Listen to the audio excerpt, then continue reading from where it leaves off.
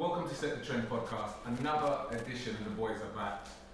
Set the Trend podcast is all about talking about street sound culture, this culture that we grew up with from the 80s to the 90s to the noughties, and we review and discuss milestones, achievements, where we went wrong, and where we can definitely do better, and we talk about the history and the legacy.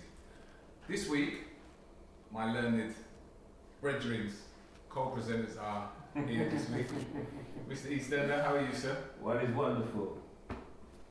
Are you looking forward to this one? The boys here, all three of them.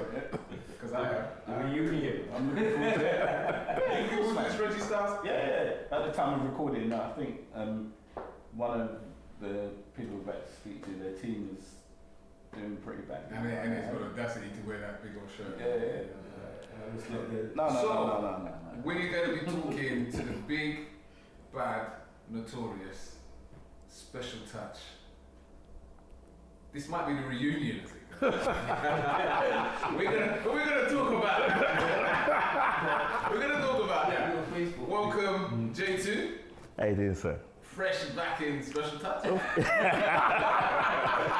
guy, you know, I swear. You're the Donald Trump of the industry, you know. He's the Donald Trump of the industry, you know. We're just going in. And I feel, we've got that kind of vibe that we can do this. All right, cool. Well, I won't say fake news too early, but No, go ahead. Yeah,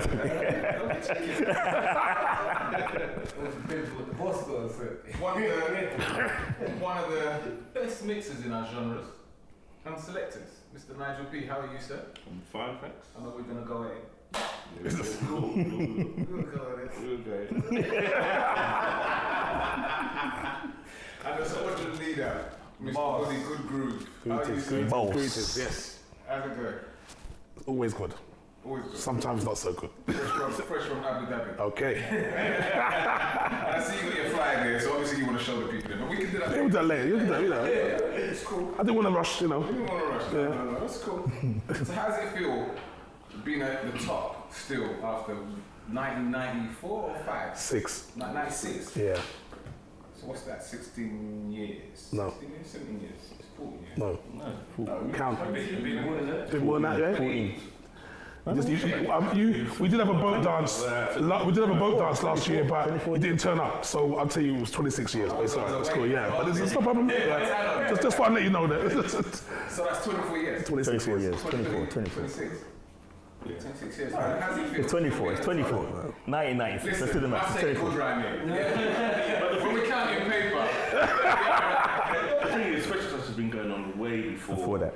Before Goody and J2. It started with me and a few other guys, Barry Brown and Patrick, and we all used to know a little street, party sound, playing on Tottenham, playing even for the Hackney Town Hall dance.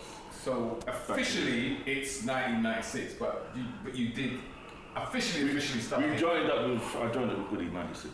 But even before that, like even before the Barry Brown, like Don't talk about that part. Anyway. No. You No, you we're can't not talking about. erase, We're not talking about the you can't first change part. history. We're talking about the middle part. Yeah, but you can't erase, you can't change history, There's three sections, isn't it? Yes. There's the beginning. At the beginning. So at the beginning, And then there's the Jazzy D. Yeah, that's the middle. Jazzy D beat you know. That's the middle. And Mr. C. And Mr. C. Let's not forget that Mr. time C. when I joined Let's Jazzy see. and see, that's when we was called. Well, that's when we started Special Touch more as a street sound rather than a party sound. So that's when you started getting paid for booking. You started playing on the level with.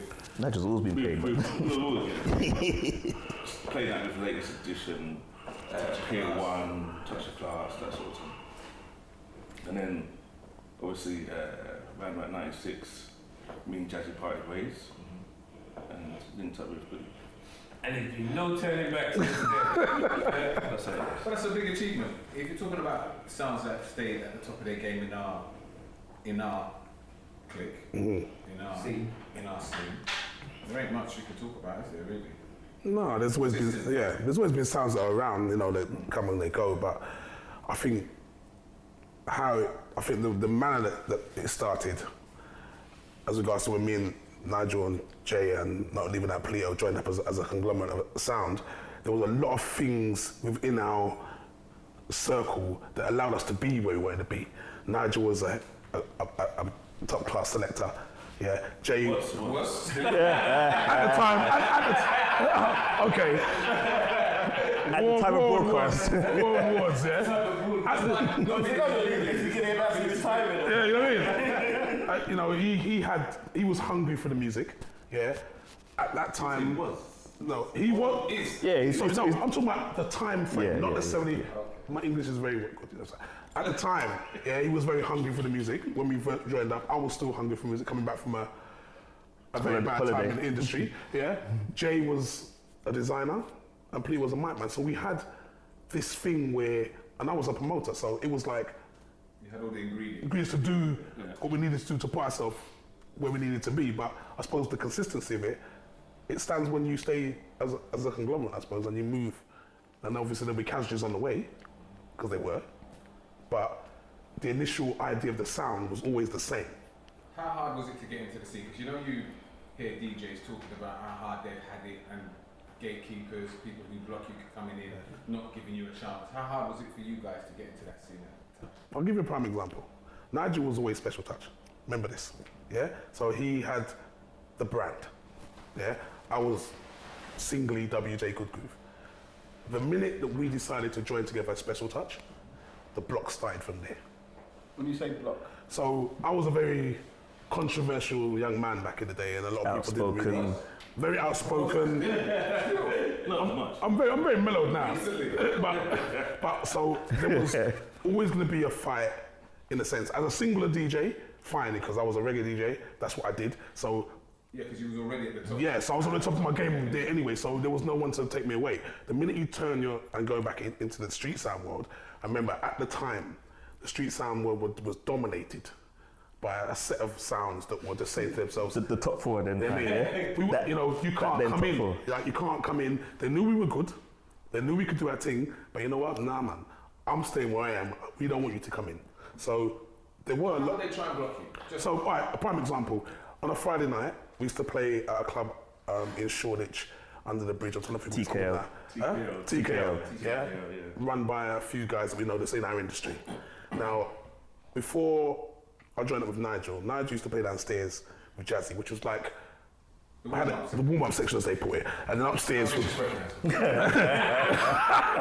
None taken. and then upstairs was like the main room. So upstairs, And the main room consisted of. so Student Express, Company Soul Sound. I was there as WJ Good Groove with Polito. So that was upstairs, and it used to fluctuate. Obviously, bring over. I'm sure you used to play there a couple of times, Fifth Avenue, and so it was but the yeah. Wow. He was allowed them He times. had a pass, though. He didn't have a pass. He didn't have a pass.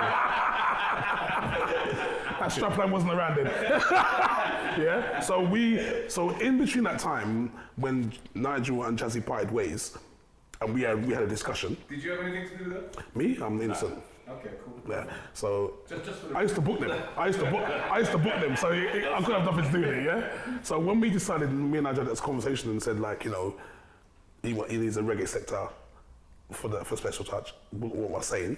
I thought about it for a while, and I thought, alright, cool. The minute we joined together, the following week, because I was there every Friday, You got kicked out. they basically said that you're playing downstairs. So I said, well, why am I playing downstairs? Why don't I'm with Nigel, we go upstairs? No, that's not how it works.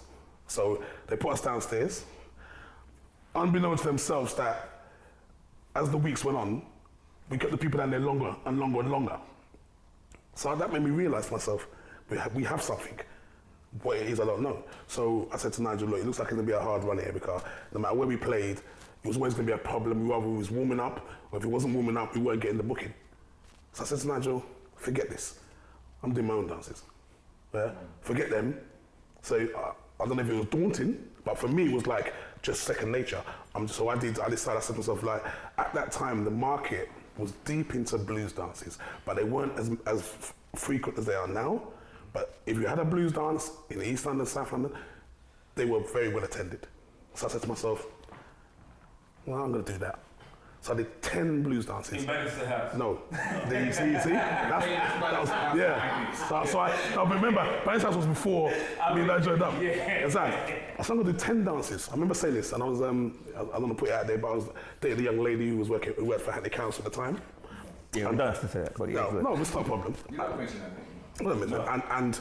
And we proceeded to start to get some houses and do some blues dances. There's a woman in the council giving you houses.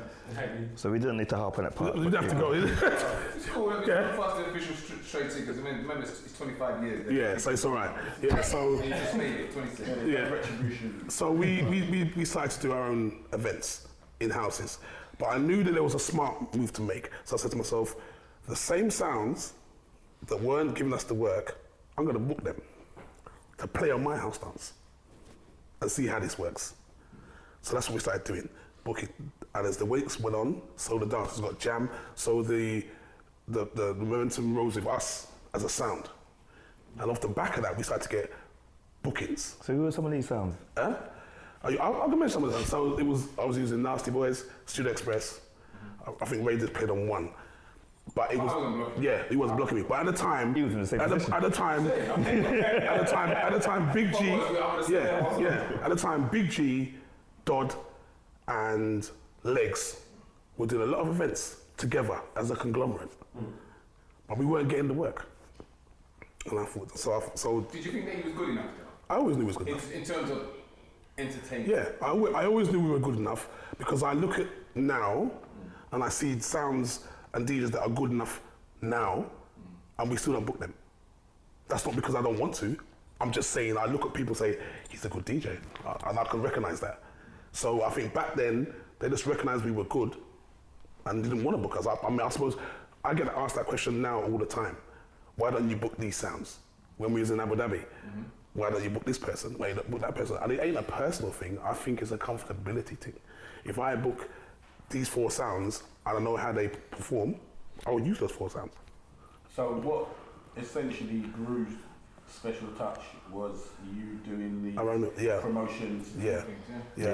It's the same scenario with a lot of sounds, isn't it? When you find difficulty within the industry, you just have to prove your own worth. And there was nothing like a Special Touch house party back in the days. There just wasn't. Like from that era of the company and Manhattan kind of thing, when we came back with that scenario, that was definitely. Early 90s, Yeah. So 96. Even though we was doing it before, we wasn't doing it as Special Touch. So I'd be booking Nigel and Jazzy to play at an event that I was doing, or so forth and whatnot. That's how it was. But sometimes, and I'm not going to knock anybody, but nowadays, when you look at the situation and what's happening at hand, there's bigger people who want you to book them. And if you don't book them, they take it personally. So therefore, because I have a history, I'm one of the first persons to say, well, you know what, do your own thing then, innit? Because I did. And I can lean back and literally say, I did my own thing. And no one can take that away from me. But for me, you've got to find a niche somewhere along the line. If you're not getting your work now, go and find some work. You know, but you can't just sit and go. There's always the post office. How come you don't book me? It becomes a very personal thing within our industry. So, but I don't really care. So, you know, that's the person I am. And I think that was what made us to start climbing that ladder. Because we wasn't on that ladder. We was on the ladder, we weren't where we are now. We just decided that we want to be there. Up there. And we was hungry for it. So once we started to break through barriers and then people who we were booking us back, it starts to make it easy for you to shine.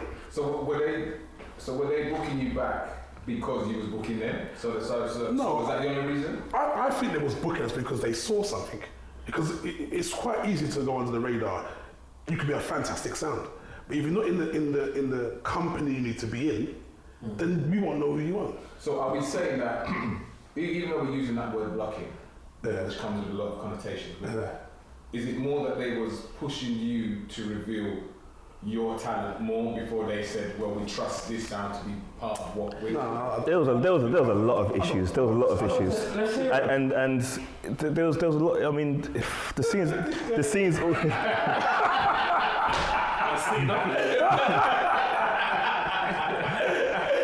the scene has always been political, and it takes very little for somebody to decide that they're not going to book you or to mess with you or whatever. I remember I used to work for a company called First Edition before I went on my own, and just the fact of me First Edition was a design house, yeah. So just after the era of Clearer Print, for those who know, came First Edition. So I was working with numerous promoters, numerous DJs, and from my perspective, you hear a lot of the talk of why people don't want to book people or why this person and that person. Blah, blah. Because of course, the flyers that you were making at the day, you would have had first-hand knowledge of who was on the bill, That's who right. wasn't on That's the bill, right. and then whoever was doing the dance would be, no, put this man in it, take this man That's out. right, that's right. Which I got a lot with. There was a stage when Goody being is very outspoken self. There was a stage where it was, just take Goody off of the bill right now and put my man on there. But for me, one thing when I was working at First Edition, one thing that I learned is that kind of the Confidentiality Act, where basically any information that comes in is not supposed to go back out. However, in terms of what people thought, they thought I was using the information I was getting in terms of flyers and dances that I was keeping on certain dates to my benefit. And you wanted To benefit No, of course not. To benefit Special Touch. Like, really? But this is... You didn't get no extra bookings because he was the guy who didn't apply. you know what? I didn't actually. No, I actually didn't. First Edition and my own talents was exclusively different than what Special Touch was doing. We're both very talented, very creative sounds and entities, yeah? So just saying, innit? So I didn't really need to use what I was doing over here to benefit over there and vice versa. But you was a spy in the camp because obviously you would know in terms of plotting your own dances. No, but that's what I'm saying. But I wouldn't even ask Woody. I didn't even talk the thing because there was no advantage. Look, when we decided what we was going to do. It was an advantage. No, not at all. If you know what, if we were a lesser sound, yeah. If I didn't believe in our skills, yeah, then I might have taken that route because it's like a little disability. You try to get a one up. But when we started putting on dances, me and Goody kept our birthday dances in 1994. From we started doing dances together, there's never been a dance that I could say, boy, we should have done this or we should have done that. Like literally, we had a formula that just worked. So even for the fact of whether this one was keeping a party or that one was keeping a party, it didn't actually even make any difference, to be fair. Because what we was doing was effective for us. We commanded North and East London. And at that time, to be fair, the people who held the monopoly were either from South or from West. There was no, I think we had a free range for a long time. Because even if you think about what Jay's saying, the likes of Tyson Street, Ashton Street, and Ruby Centre, there were very few promoters from East London putting those events on. So the majority of the big dances were taking place, especially warehouse dances, it was West or South. I mean, our biggest guys around them times was Red Eye, Lecky, and Lecky was West. And Richie and Red Eye was our two. Big promoters. Yeah. Do you get what I'm saying? Daybreak promotion, yeah. So they did their thing. But remember, you have to understand, Richie come from an era of Tasha Glass and that kind of scenario. So he had his formula in his head already. If you got to look in, it was like, and them too, kind of thing. That's because that's what he believed. I think where the goalposts changed. Just to put in that, we were the younger generation that was coming in. Yeah, that's right. So because I came from his side, Richie Rich would never leave me out. You know what I mean? And even when I joined up with Nigel, that's why I gave him quite a bit of respect. He still never left us out. But the minute that it turned on its head was when we started to do our own stuff. And then you start to see those same people coming into your dance and going, yeah. Now they're thinking, like, these guys are all right. And they're from my manor. Let's have a word. And that's how you, I think, because I was a business head person in myself, and I like money. If you so don't say so I was a money person, and I didn't really like to work a 9 to 5. So in my eyes, it was like, if I don't hustle this, I'm not going to make no money. Nigel was always a 9 to 5. As you knew, Jay worked in First Edition. I was the hustler at the time. So I believed in doing things and making money. So if you make moves, you make money. So if you're making the money, Nigel at the time, what was because you were the main selector. Yeah. So how did you then bring your talent to the fore? Because if he's making money, Jay's making money on flyers. So my that's his talent, talent. basically. So yeah. So I just, my music knowledge, if it was a tune, I had it. You know, if it was a reggae tune, if it was a slow jam tune, if it was a hip hop tune, whatever tune it was, I had it. Remember, those are the days of real DJs, isn't it? When you had to actually spend money for We your buy collection. vinyl. There weren't no internet to have access to whatever. Like literally, vinyl all day long. With vinyl, I had it, I could mix. So there's a bit of a difference between DJs that were just playing a tune, so were those your attributes more than? Well, if you think about it, without Nigel, he wouldn't be special. As a selector. So and he elevated the game for me because I knew that they were coming to they were coming to see us. Yeah, I remember we were characters as well in our own individual right. Nigel was the quietest of the lot, really and truly. If you look at it,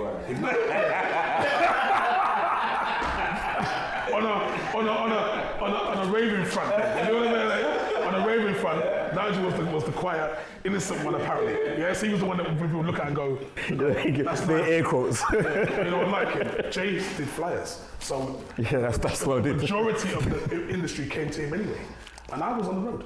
So it was like, it was the perfect link to say, well, okay, we're gonna book you, Goody. Yeah, Nigel's gonna play the music. Jay was doing the flyer, and as a conglomerate in the dance, Jay would play on the mic, I played the reggae. It worked. How important? Sorry, you know that. No, go on. How important was your radio show to your success? To me, I've been doing the same radio show ever since I've been on radio. 26 years Yeah, or longer. or longer. Or longer. Then you bought it. Friday, was it Friday night, Sunday night? Because you know. So Friday night, 9 to 11, Sunday night, 10 to midnight. Still doing it. Every radio station I've been on, not only on Supreme, be it Station of Paradise Station. I was on WK for a little while. Did you? Yeah. Yeah, I remember when you and So what happened? It ended, didn't it? Oh, okay. So when you got put on, and that's when they folded. About 5 months after it folded. Okay. I mean, you did make it. Yeah, so. But, So in terms of bringing the selecting to the fore, so when Goody says, and you say that he was mixing, what do you mean you was mixing? What was so special about mixing in that circuit? to me, at that time, not a lot of sounds were actually mixing. They were just playing tunes, stopping, mic man talking. Next tune comes on. It was all more about the mic man. I think we were best of both worlds because. And then, No, that's my promotion name. Go on. No, all right. But yeah, so it was more about the mixing. How many sounds was mixing at the time? Not one. No, I don't think there's one. I don't think there was one. No, the credit where credit's due. They just weren't mixing as good as him. Think about Who it. was mixing? Maybe. He was mixing. It was And mixing. so was Dodd. And so was Ali. Yeah, I suppose so, yeah.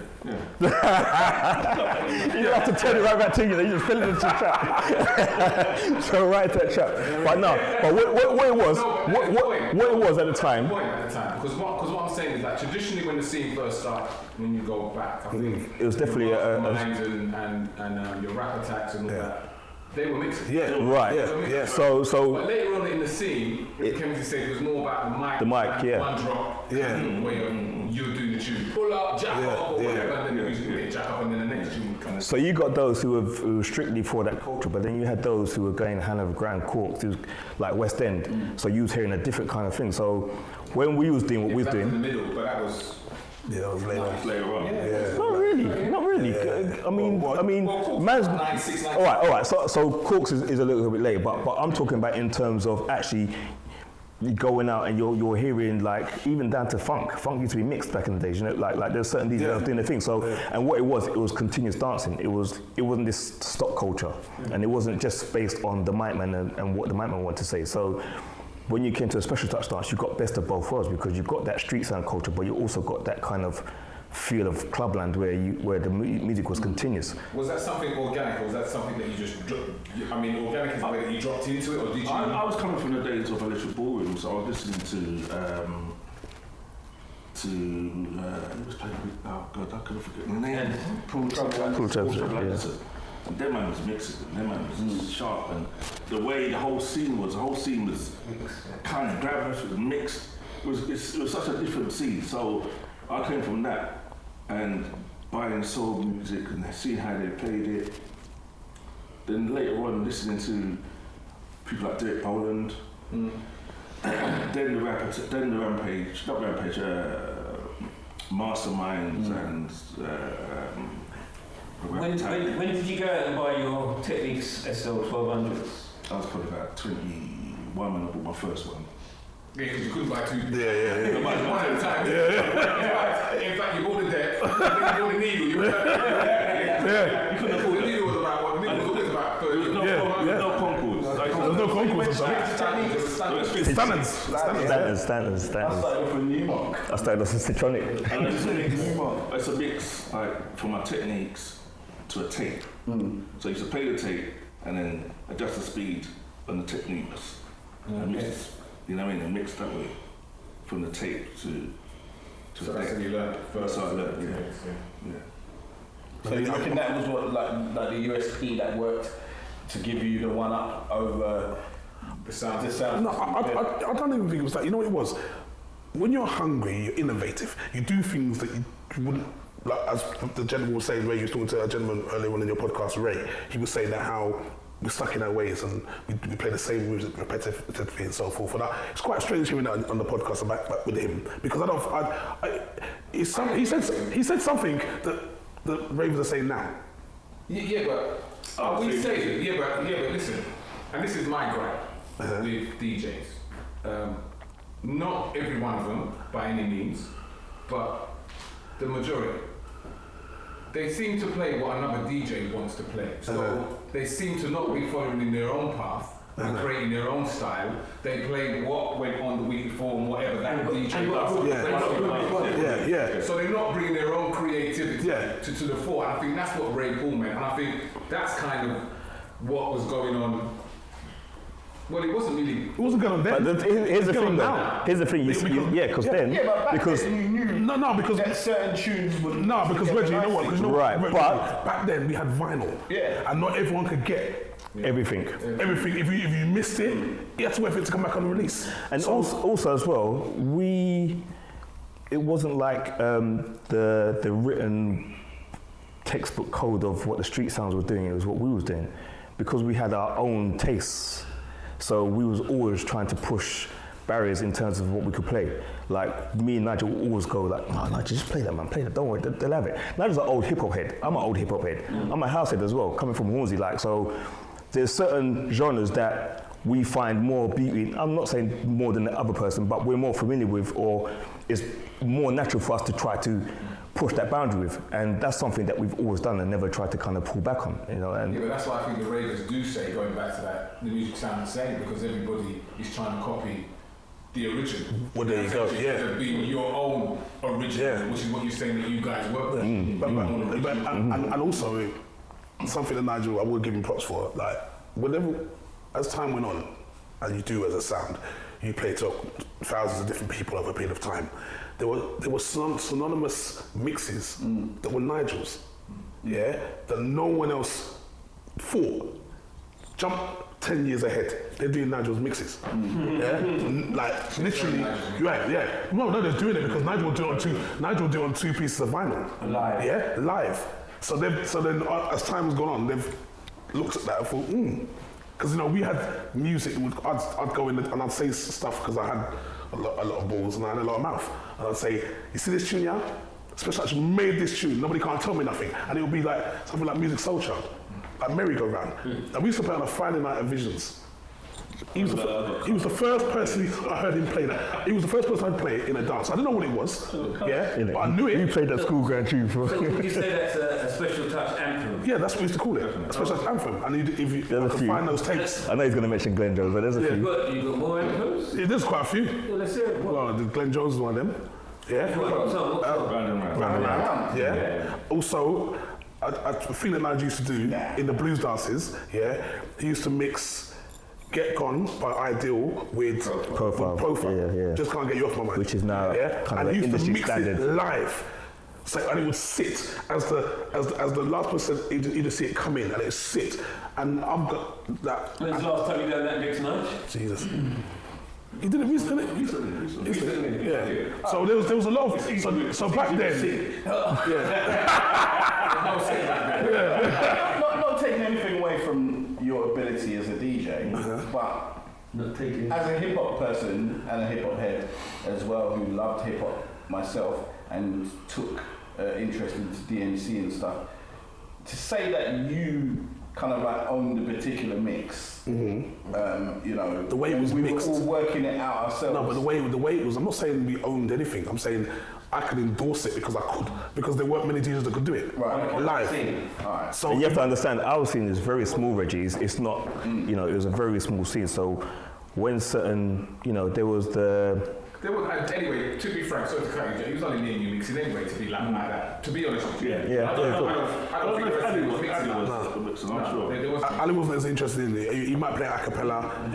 He might play a cappella and sit on a rhythm or something. So I get that. That's a similar something. But Nigel had this. He had a vision. That not in our scene. Yeah. That's what Yeah. He had a vision. Yeah. that- Hold on, easy. Because remember, when you think about it, right? When you was working for BMG, innit? Hard Zone. Yeah. Well, even when you was working for Hard Zone, Yeah. I didn't really look at you as a DJ. I looked at you as a person who supplied me music, and so on and so on and so on. And even when you went to BMG, Sony. So, no, not BMG. When you was Arista, was it Arista you was working for? No, Oh, Sony. Okay. And then Sony. Yeah. So even when I knew you was a DJ, but I still wouldn't look at you as a DJ, even though you was doing your thing, because most of your stuff was not on our scene. Yeah, of course. I So understand. there was them and there was us, as we used to look at it. And we used to call you the uptown DJs, and we was the ghetto DJs. So Nigel, when we talk about the top 100 tunes, are we there like the top 100 tunes? To be fair, I'm not gonna do something.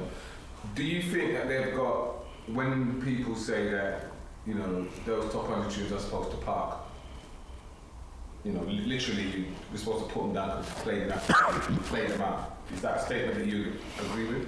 No, I don't agree with that. I mean, if I come and do the same set every time I play out, which some DJs do, play the same exact set every time they play out, then if you're going to follow that DJ, it's going to be boring to you. You're going to think, oh my God, this was playing that. And then that, I like your set, so then I copy your set and do near enough the same exact set. Then of course it's going to be boring. But there are some tunes that have to be played. Have to be played because not everybody raves every single week. Because they're anthems. And now, The thing is but what you that do with that is that you drop in something different. something Yeah. different. And it doesn't have to be new. But it has to be something that, it could be something that's very old. Yeah, but the crowd remember it. Think, wow, you know what? I haven't heard that tune for years. And that's what it's all about. It's bringing in that little something to break it up. Because the crowd, I have to say, on your scene, a lot of, when I speak to a lot of ravers on your scene, it was so funny because I remember once being in a dance, I don't remember the sound system was playing, but this lady literally predicted every tune for about 6 tunes in a row. She goes out too much. Who was playing? I can't remember. You can. Talk the things, Reggie. Talk the things. And I was thinking, bro, I said, oh yeah, he's going to play that next. Then he's gonna What play club was it? What club was it? But you know what, Reggie? 7 years ago. No, but you know what, Reggie? Just what he said, yeah, look, think about it. She may have, what she predicted, yeah, we're gonna play. There's 2 things about that. One, she must go out a lot, yeah, and 2, she must have heard more than one DJ do that set because he's copied him. You know, I'm not going to call her names because I'm already I'm a social media outcast at the moment, so I'll keep my mouth shut. yeah. So I don't need to go down the road. But what I will say is that we hear it. As a sound, we go somewhere and we're in the dance mix, and I say, Nigel, that's your mix. Or I know what he's going to play after that tune because Nigel did that last week. So But some of the mixes they ain't got yeah. that you play as anthems. So some of your remixes. So for instance, you got the Capeton on Maxwell. The Maxwell. on the map, which is I don't pay no Yeah. to explain that. That's yours exclusively. Yeah. What else you Not got? really, not no. You sold it. Like, you kind of, yeah. You never did it, but okay. Yeah, go on. Yeah, what other remixes have you? On the, what do you call it, on the, what's the name? The Jungle Mix. What, me and you produced? Right back to him again. No, that's funny because that Jungle Mix, which is What is it? which is Oh, talking about the helicopter one. now and The Baby Sham. The Baby Sham. and the Baby Sham. Oh, right. Yeah. I must have said to Nigel because Nigel was doing his mix because I think he had a laptop at the time, the PC DJ. Yeah, Nigel's one of the first guys to have a He laptop. was the first guy on us. Yeah, So yeah, he yeah. was doing PC DJ. So we used to see him on the computer. I was like, what this brother? What's he India? What's this? Not India as India. But Go on, talk the thing, bro. Talk what you really feel. because obviously he's doing something that is new, and we're vinyl. Like let's keep it vinyl. Let's keep it surreal. What's Nigel doing? Yeah, and that's to be clear because he started before even the CD culture really took. Of course Like, he did. yeah. We got cuss. We got cuss on Yeah, radio we got, station. On radio I'm in the station. same boat as Nigel. Like, when I first brought in People my were PC, making 1998. phones about laptop DJs. Yeah. And they're not real DJs, and every single person that was cussing me, Nigel, do you know how to do that? Yeah, so they had to come back to me. All on it now. But to me, it was just inevitable that it was going to go there. The Forward sad- thinking, and that's part of Yeah, special the sad thing about it is that they knew that Nigel came from vinyl. So You can't question. You can't question. they should be killing and him. half of the people that's Yeah. commenting could There not was- did not have the skills right, that Nigel I did, mean, so much so that one night we was in Docklands. Foxes. So we played in Foxes, yeah? And there was Ray, Dodd, Ali, Yardi, G Money. They was all standing around. When the set was set right, you could have room behind you. There was all in a circle looking at Nigel playing. So I said to Nigel, before we came out, I said, I'm not a gimmick for them saying that, Nigel. I'm consider going to kill you on this fucking on this laptop thing. So we came out, I was playing. I said, no, stop music. So I goes, seems like everyone seems to wonder what's going on. I goes, and everyone seems to be saying that we're just laptop DJs. So here what? And I opened two record boxes. I said, do you want me to play vinyl or do you want me to play the laptop? We have both. And that just shut the door. Yeah. And then as Nigel said, people started calling him, how do you get this and how do you do that on the laptop? And it opened the door for the era. Because he was doing it. Well, to be fair, I don't think it did because he was still the only one playing on PC DJ because CDs came. Yeah. And then man jumped over the PC DJ, went to the CDs, and started using the CDs. Yeah. And then Serato came in. And then after that is when Serato came in about 2010, 2011. I think that's the first time I started using the laptop because I didn't use it. I wanted to, I had the program, I used the program for radio, but I didn't use it for playing that because I was nowhere as good as Nigel, and I knew that I looked like an idiot because Nigel was hot on that PC. You just couldn't tell the difference. Yeah. You know what I mean? He was playing his music, he was on it, mixes. And he was using the mouse. Yeah, Yeah, it was. Yeah. Yeah, we all do it, mate. You know what I mean? I remember we used to turn up in my blooming desktop. Big desktop. But when I first started, Hold a minute, guys. used to get cast, but it's so funny when you say about the transition from like everybody from vinyl to CDs instead of embracing the technology. Remember, we're frightened. You're frightened Yeah. and you can't use it, you won't touch it. But there wasn't even a lot of storage space back then. I think even the files were like getting a bit technical, like 192. You need to know what you're really doing. There's like, no, it was just loaded. Like the quality was rubbish, but you just said, all right. So you were like, so you set the trend on the scene for the whole PC thing. He set the trend for definitely for that and definitely for like the remixes. Yeah. There are some definitely iconic remixes. Because it wasn't, nobody else was doing their own remixes and putting it out, and that was the key to it. We would buy remixes, there was remixes out there, you know what I mean, that we could buy and play, we was doing that, but actually doing your own thing for the open scene, it was only Nigel one thing. And I think, MA did it afterwards, I think, and MA put it out, apart from those two, I don't think anybody else. And they didn't really make it, let's be real. Like, I'm just playing real. And I kind of made it because I was in collaboration with him. So was it? There was that the Baby Sham and the helicopter. What else was there? There was the Busta Rhymes one. He did the thing, he did the Jill Scott, Andrew Stone. Angie Stone, yeah. I wasn't kidding. Still running. One thing I do have to do, we have to big up Boogie Boy as well. And Boogie Boy has one of the biggest remixes as well, which was the intro on the Destiny Child. The thing is, if you've got remixes like say Boogie Boy's intro, that jungle mix, that you can still run now. They're classic. The soul, what's the house tune there with the frog back on it? Oh yeah, so there you go. Well, I thought I just mentioned that one, but yeah. That's yours. You know. And that's what I'm saying. When you look at the whole situation and where we came from and the idea we had, Jay was first and foremost a DJ before it. Well, I know he was designing, but he wasn't that great then. You understand? But he was a DJ. You understand? Nigel was DJ. I was DJing. Nigel was listening to me on the radio. So we were all DJs. And I think when we came together, it was a case of. I mean, it's different now because Nigel can play reggae to a level. They don't need you. Yeah, don't even need me. Let's be real. Let's be real. So back then, more money. I just remember something. Didn't you not have a competitive advantage over bringing in? Was it a magazine? oh yeah, Yeah, we had a newsletter. Yeah, we had a newsletter. Special Touch News. Remember, That was the first elaborate newsletter, wasn't it? yeah. It was, So that was yeah. before Instagram, before social media. Literally, that was our Instagram. There's a lot. The amount of phone calls I had to make to kind of just manage this guy's voice, man, freaking hell. Yeah, but you see, that's the thing about it. You were the first people to do that, right? Yeah. We were the first people to have a website, even though the URL was like probably about 100 letters long, but we were the first one to have a website as well. Remember, you have to understand, it was Jay's idea, it wasn't mine. Right. Jay said this, in fact, we did a review one Christmas of what we did. That's how it started. It was it was an A4 page folded, and we did a review of what we did. And I opened my mouth, and that's where it started. And literally, I used to drive over to the shops and drop the magazine off because people were calling for it. Did we capitalize on that? No. There you go. See what I'm saying? We just let it fall by the wayside.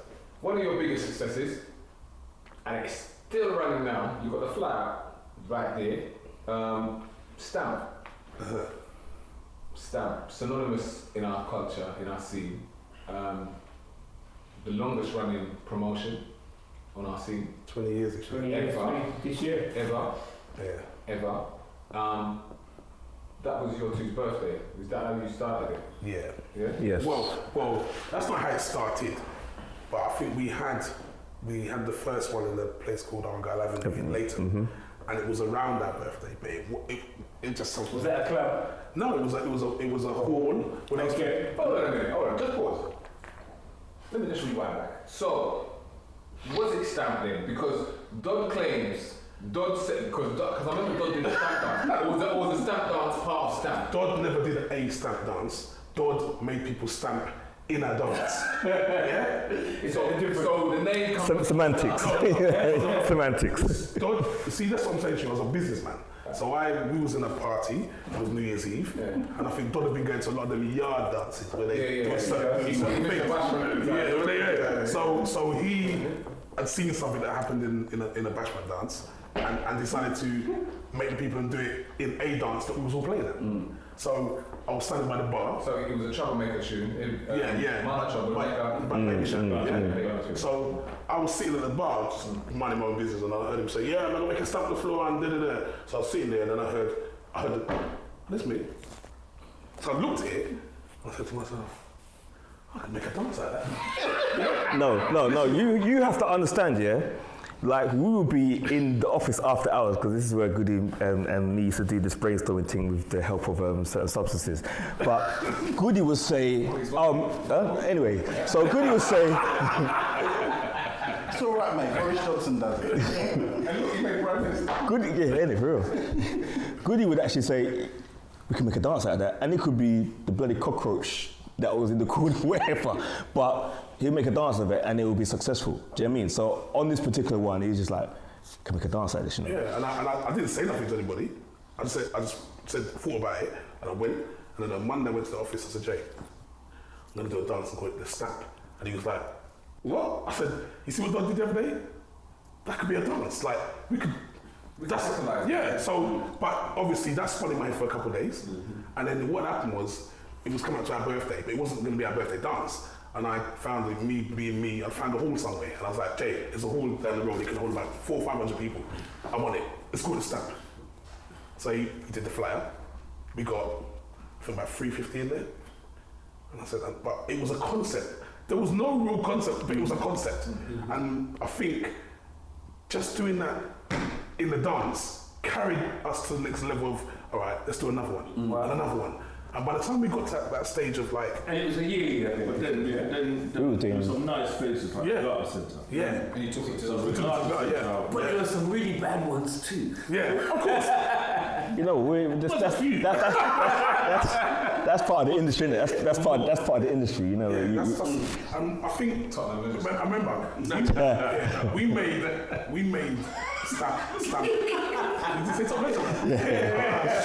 Shabby. Ray is Ray, innit? Shabby. No, but let me give you your props. I'm going to give you your props 150%. Tottenham Legend. Let me finish. Let the man finish now. Let me tell the story. So, when he took it there, I wasn't happy. 2018. I wasn't happy. No, I'm telling you, as a fan of Stamp, I wasn't happy because I'm saying, this ain't the venue. You've been in the Garter Centre, you've been some nice things. Tonight, I like now you've taken it to here. So he got mullered. I was speaking with Jay. I made my thoughts. You know what I mean? I said, What about the one in King's Cross the year before? Tottenham was just King's Cross? Was it King's Cross? Who was that one before? This guy's got a smiling face, like he's trying to, like, relishing sorrow. Music loves company. Where's the one that everybody was standing outside in the club? That was Edmonton. That was Edmonton. Yeah. but anyway, but my point is, The club wasn't a bad club. It was unfortunate. The management was just ridiculous. my But point is that he got slated. Not only by me, he got slated by a whole heap of people who knew about the brand, followed the brand for years, and wasn't happy with where he Goody had made the choice to go. Yeah. Before you say another word, I just want to interject quickly. Just quickly. The only reason we went to Tottenham Green is because no club couldn't hold my numbers. Yeah? That's what they slap on it. Go on. Yeah? So he took it on board. He took it on board, and I remember getting a call in February. Yeah. Saying, yo, all right, Stan, my birthday. What you said? I said, what do you mean? Tottenham Legend said that. No, he didn't say that. I said, he said, da da da. I said, yeah, cool. I mean, obviously, it's the manager venue, so cool. He goes, Abu Dhabi. From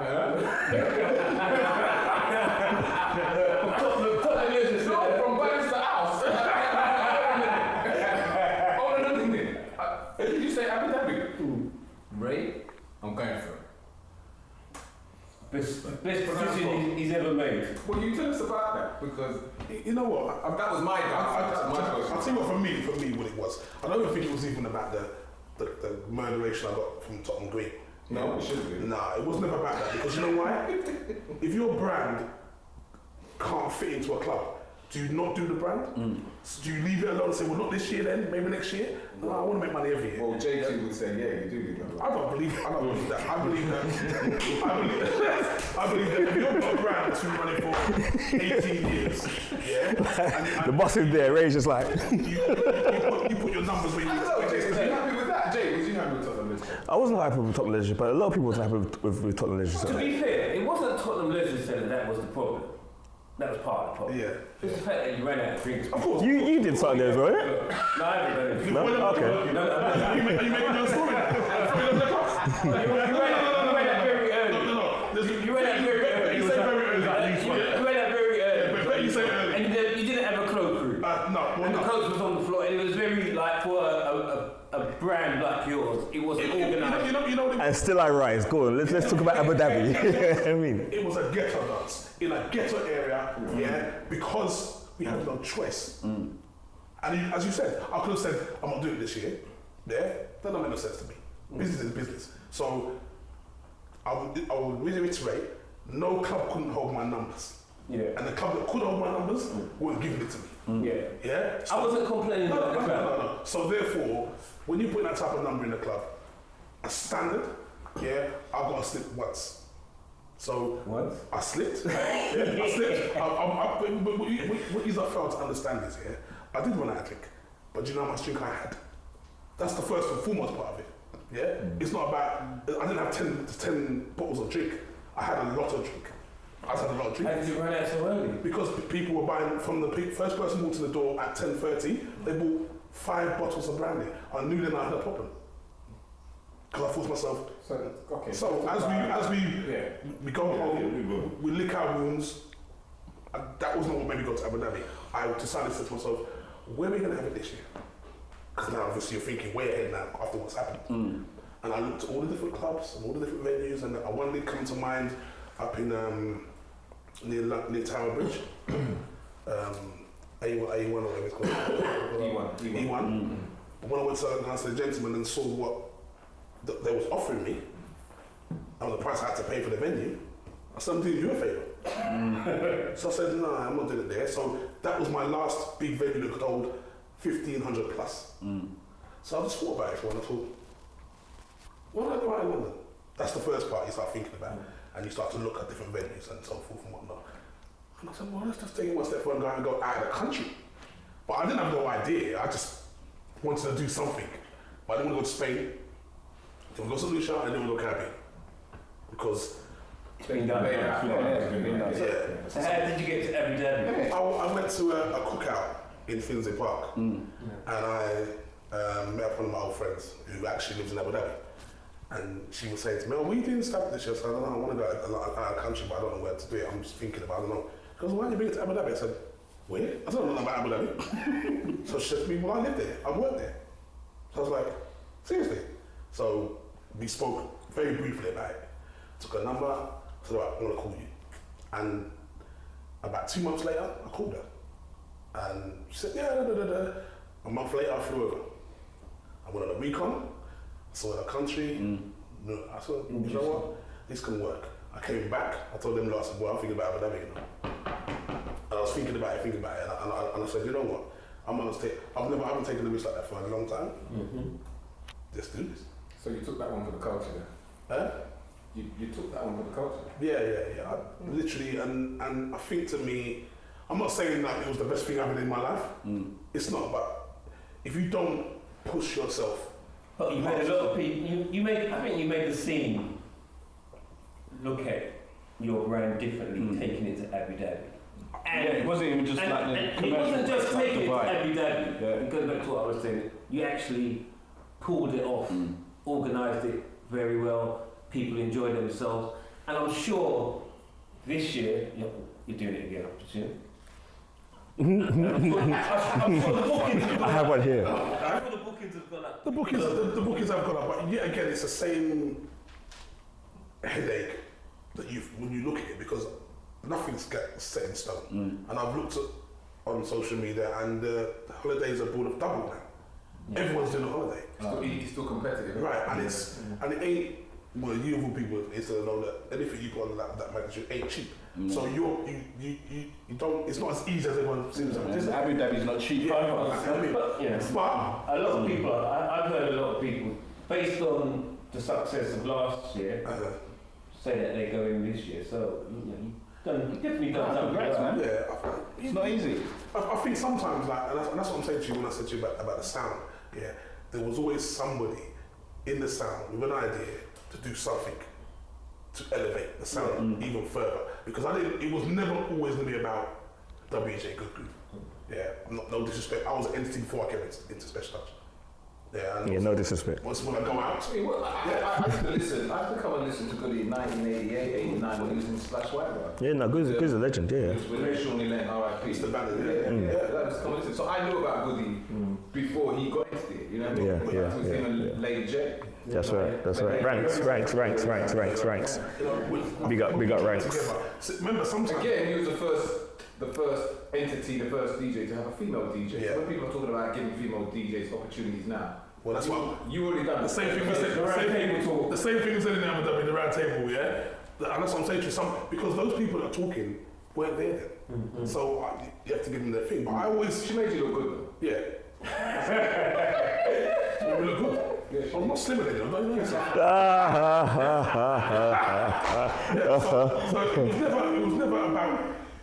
it was never about WJ Good. It was always about the sound first. And you asked me, you don't believe me, I'm not going to say no more.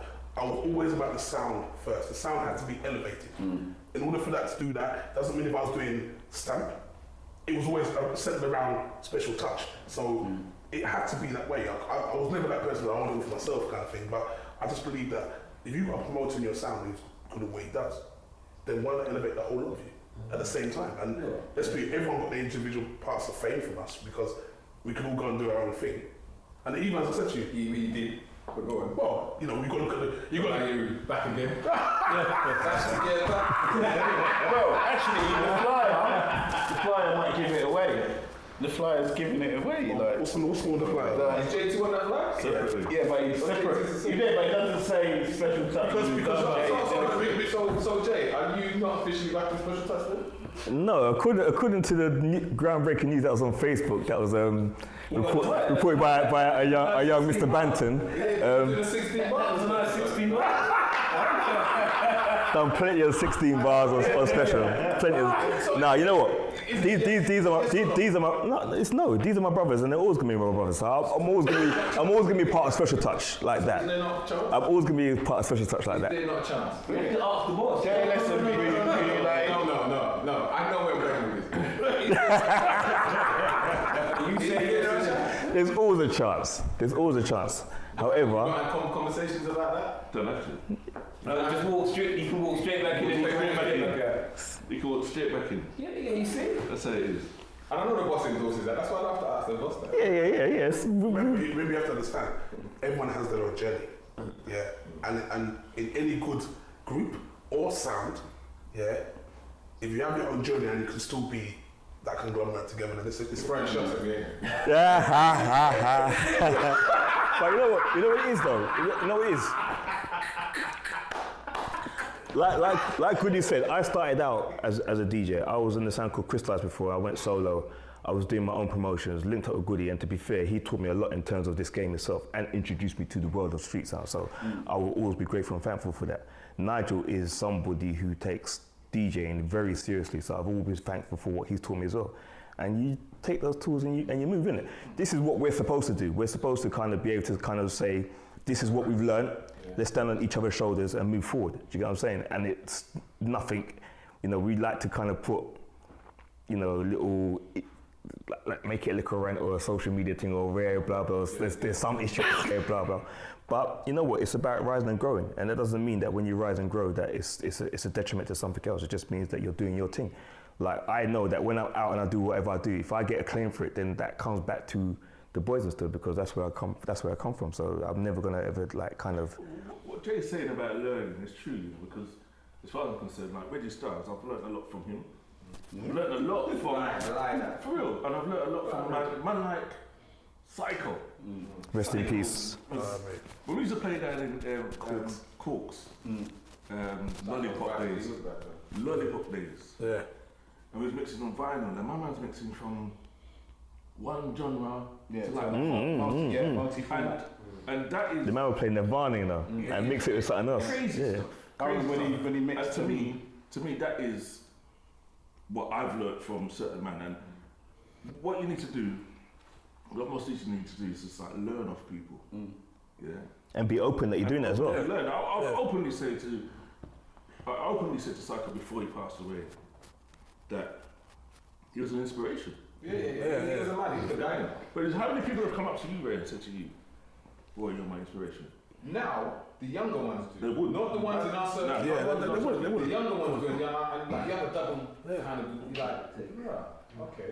And that's why, remember, we was, I don't want to say it, man, we was dating their mums. So they, Oh, Lord of mercy. so as they grow, they see what we did. They know who we are, and they can relate us in But a then party. it's also like, okay, rest in peace, Buju. Like, Buju passed away the other day, but he was part of a sound called Giants. Giants, when I was late 20s, early 30s, I gave all my tunes to my brother. And at the time, they were called Sapphire. Then they changed their sound to G Crew. But that was part of what I felt was the culture, like you're supposed to pass the thing down. So, and literally, Dags, Longers, like if you speak to any of these guys and they ask you about, you know, where this thing came from, they'll tell you it came from Jay, who was part of Special Touch, who was part of Crystallize, and they can give you the kind of the bloodline of, you know, where it's come from. And to be fair, that's what's supposed to happen with all the DJs that are emerging now. You know, we're supposed to be able to lend what we've learned, our experiences and pass it down.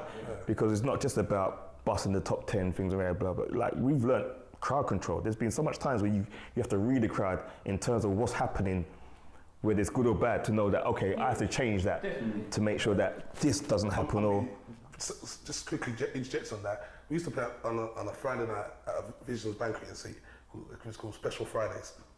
No pun intended, but that's what it was. It was us, yeah. And we weren't allowed to play Bashment after 2 o'clock because we used to create a frenzy. So we couldn't play it off, and that's what I'm saying to you. That literally, if you was a sound that could create that kind of madness in a party by yourself, that's when I said to myself, this is an entity that I'm not leaving alone. Special, yeah. So even though Jay was J2, now Jay Nelson, yeah, he's his own entity. Where do you see Special Touch in 5 years' time? Still doing the same thing and a lot more, hopefully. I mean, I literally, I'm not as hungry, I'm not as music hungry as I used to be, but I'm very knowledgeable. Yeah, and let's be real, Nigel was a soul DJ, or still is a soul DJ, but now he's a vast amount of music, and I was a reggae DJ. So when we used to play on a Friday night down at Players Club, you know, Nigel would be playing soul music, and I'd be in the corner doing some things, and they'd be like, good groove you wanted, good groove you wanted. And Nigel actually, that's quite funny because there was a Facebook stream talking about DJs not being able to play on their own a little while back, innit? Yeah, right. So all the time. So Nigel would be calling me, and I'll be busy. And then I'd obviously register and I come to set. You see, by the time I come to set, Nigel's just played his last soul tune. Can't play no more now because he's gone overtime and they want reggae. And I would come on and play the first reggae tune. The dance was a light. Nigel, so, you still music hungry? Still. Yeah. Still. Nigel, yeah. Still. So Nigel would do something. I'm always searching for music. I'm always still buying vinyl. You know what I mean? Oh, go on, Nash. Yeah. Go on. Right. I'm recording my vinyl. Are you listening to any DJs out there that gives you any inspiration? There's DJs that are on the internet. Yeah. Like, man like D Boogie. Man like the DJ H Soul. These guys are behind the circuit. They're not on the mainstream. They're on global, yeah? Global Soul? No, not even global soul. I think D Boogie. D Boogie's on global D soul, Boogie, yeah. Certain man that can, I need a man to teach me something. Yes. Show me something. Is that what you look out for when you're listening on I radio? want a man to show me something that I didn't even know that. I didn't even know there was another version to that. Do you know what I mean? Yeah. Pause like this, we got finished because we've run out of time. But I do want to ask you one question. Am I allowed to ask one more question? Before we go? Beautiful. Yeah. That's a conjunction. Yeah. Because we hooked up before Mhm. and done promotions. This is why I have to give the man these props. And we had the biggest New Year's Eve at one time? Oh, yeah, for 4 7 years. years, 7 years. Was it 7? That's like 4 years. 4 years, it's 4 years. Yeah. But we did before that, remember? Yes. We was in Victoria for 4 years. It was in Victoria Park Plaza. Yeah. 4 years. But prior to that, we was in Hilton. Tower Bridge. Yeah. And that We did one in West London as well. follow through. Yeah? That blueprint. Well, I think that people... That blueprint. No, defo. That's why I see in Coca White. That's where you're going, in it. Yeah, but that is, to be honest with you, Stamp probably was the forefront of that. And Yeah, then yeah. I took it on with Goody to do for that DJ because Goody was always a bit on, like Goody sometimes. Goody, you have to really convince a man sometimes he deserves it. But once you convince him, Goody's on it. And then out of that become that kind of blueprint for Beautiful came Coco. So that's how the whole brand extension thing happens. And to be fair, it has been in the making for a little while still. Special Touch done well, man. I've been hearing about Special Touch for donkeys and always been consistent in delivering, you know, every time I've gone out and heard, especially Nigel play, I love the multi-format and, you know, from the way he mixes and stuff like that. keeps the dance floor going. And He's a real DJ, proper Yeah. DJ. Proper, he's a proper DJ. so, Your Abu Dhabi's when? Because we've got to go Yeah, 29th of October to the 3rd of November. 2020. 20 years of Slam. And how can they get hold of you? You know that promote events, isn't it? You can do that. How can they get hold of you? Um, Your social media handles are Special Touch Facebook at Special Touch 96 on Insta and or hotline 0203 633 864. The full thing. the Nigel B, because obviously like you do your own thing as well. Nigel B is where Insta, lovemusic.co.uk, Mixcloud. we didn't even talk about Love Music because that was before its time as well. Yeah. It was actually. It was. Like And you got, 400 and you got, mixes on Mixcloud. you got about 5,000 mixes on Mix. Yeah, you got everything. Because SoundCloud. because you didn't work. I'm holding up my hand like. And now we're just putting it on flash keys now, flash drives. And Anything you're flash selling drives. and they can buy By it. selling those, you can buy those with anything on it. Anytime Dances. you need it, All the dances or compilation CDs. People are asking me for raw music. I'm not doing that. You're still, I'm not doing that. yeah, because you're still real to the game. Yeah, Yeah. because if they're going to want raw music, it's going to cost them a lot of money, Mhm. and I'm not doing that. Yeah. You know what I mean? So, And Jay? Jay Nelson on Facebook, J2 on Instagram, and Jay Nelson on Mixcloud. and you know house DJ, innit? And Say Jay again? Nelson at Special Touch. Jay Nelson's always that special touch. Always that special touch. But no, you know what? I play everything, Reggie. I've like I said, I grew up in Hornsey, so house music is something that was just around us, like naturally. So I'm trying to sell your ways. maybe catching water, yeah, catching water. But yeah. Big Bad Notorious Special Touch. 5-star generals. Salute. Thanks for coming on the podcast, guys. Thank you very much. thanks for having us. It's been good talking about memories because obviously I grew up. My memories is a lot affiliated with you guys as well. So you know, yeah. And we did tell. There's some stories we did tell. Yeah. No, definitely. Some colours, Definitely. What colour you talking about? But it ain't blue. Thank you very much for coming on, and hopefully we'll do a round table. So at different times we're gonna ask you guys to come in on your own to have a round table talk with DJs or promoters or whatever. So hope you take time to come and join us. Yeah, definitely. Yeah. Thank you very much. Thank you, guys. Thank you guys. Cheers. Another trend. Yeah, definitely trend. Another set the trend finished for this week. Notorious Bad Special Touch. Remember, you can get Sorry? this interview. Notorious Bad Special Touch. No. How do you say it, Goody? Big Bad. The Big Bad. I said it right the first time. Okay. Right? The Big Big Bad Bad Notorious Special Touch. Excuse me. East of North. branded. I left the part Branded. out, by the way, but it's cool. It's cool. Yeah. Sure. I left it there. Number one. No, it's Big Bad Notorious Urban Music Machine. There we go. It's changed. So we thank them for coming on. Remember, you can catch this show on YouTube at Set the Trend Podcast. Remember, we've got our other affiliated podcast there as well. It's Our House and the Soca One to come soon. Remember, you can also catch the audio of this on iTunes. Set the Trend Podcast. Thanks, and we'll see you for another edition next week, whenever. Just tune in.